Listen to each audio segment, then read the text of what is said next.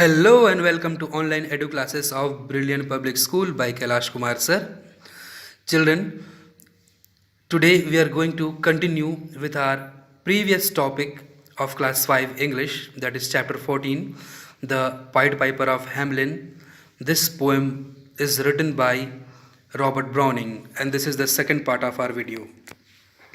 In the first part, we have studied that how the town of Hamelin is totally disturbed by the presence of rats, and the townsfolk or the common people, they protested against this all things.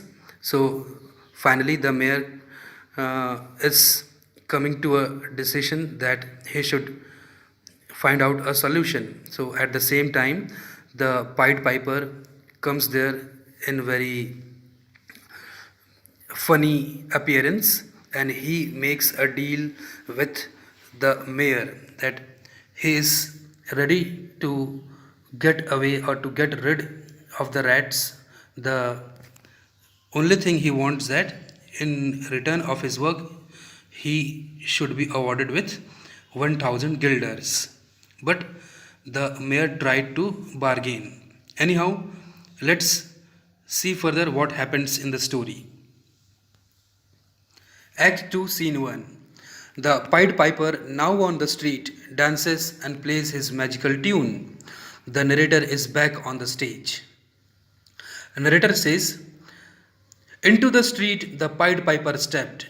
With each shrill note his pipe uttered, it was as if a loud army followed and muttered." Muttered means say something in a low or barely audible voice, especially in dissatisfaction or irritation, as the people were totally irritated by the presence of rats there.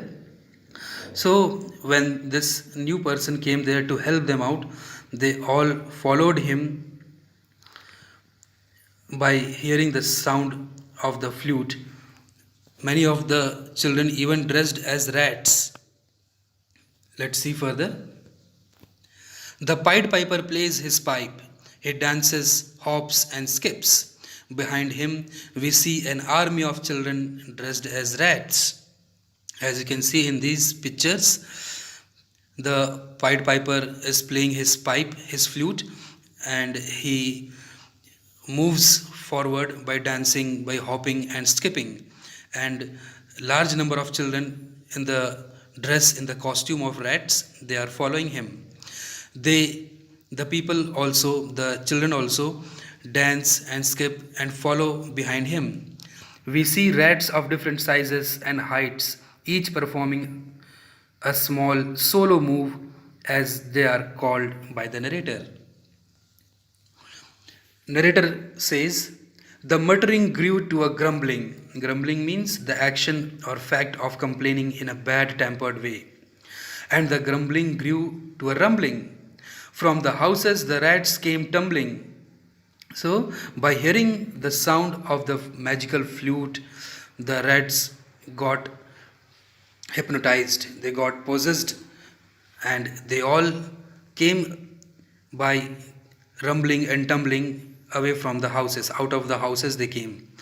Great rats, small rats, lean rats, brawny rats, old rats, young rats, fathers, mothers, and uncle rats. In fact, the whole entire family of the rats came out of all the houses, each and every nook and corner, wherever they were hiding, they came away and they started following the Pied Piper.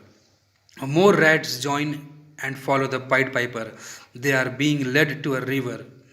The rats dance into the river, stick their tongues out and drown. So what happened here? The rats, as they were hypnotized by the magical flute's sound, so they all were drowning in the river, in the water. Narrator: from street to street they joined, step by step they followed dancing, until they danced into the river, plunged and perished. There was but one rat who survived that day, a rat as short as Julius Caesar, that swam across and lived to tell the tale. So No single rat was left